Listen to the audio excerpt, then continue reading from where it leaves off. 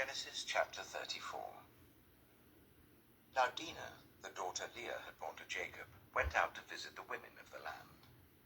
When Shechem, son of Hamor the Hivite, the ruler of that area, saw her, he took her and raped her.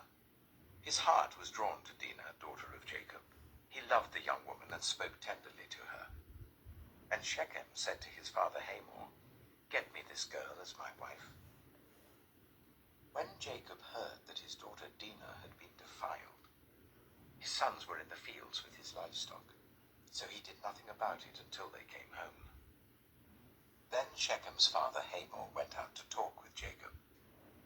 Meanwhile, Jacob's sons had come in from the fields as soon as they heard what had happened. They were shocked and furious because Shechem had done an outrageous thing in Israel by sleeping with Jacob's daughter, a thing that should not be done. But Hamor said to them, "My son Shechem has his heart set on your daughter.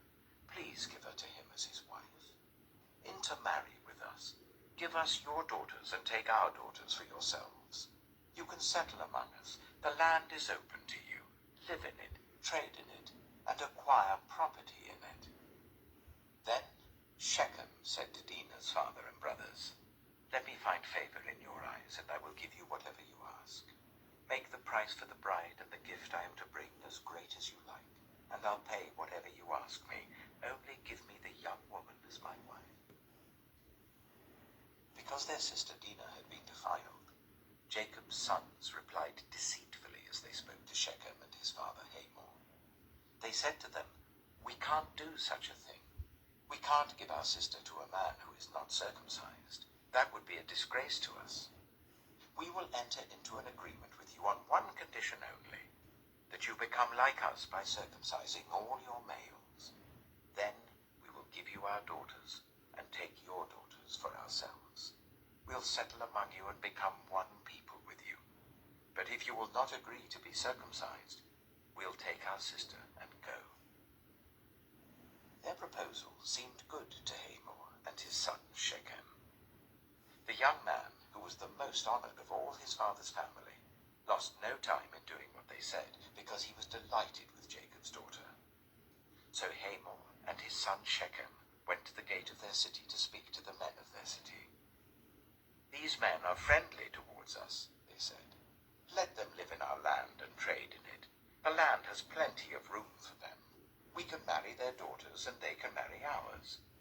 But the men will agree to live with us as one people, only on the condition that our males be circumcised, as they themselves are.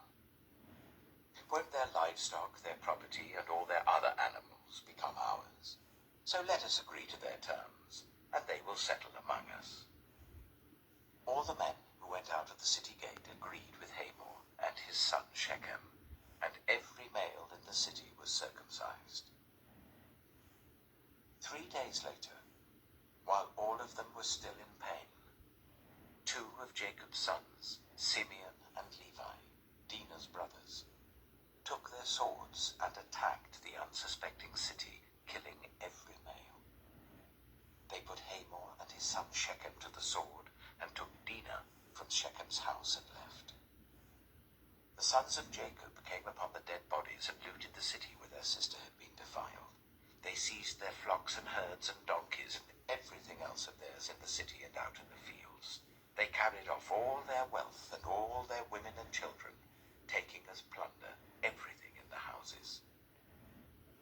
Then Jacob said to Simeon and Levi, "You have brought trouble on me by making me obnoxious to the Canaanites and the Perizzites, the people living in this land. We are few in number, and if they join forces against me and attack me, I and my household will be destroyed." But they replied, "Should he have treated our sister like a prostitute?"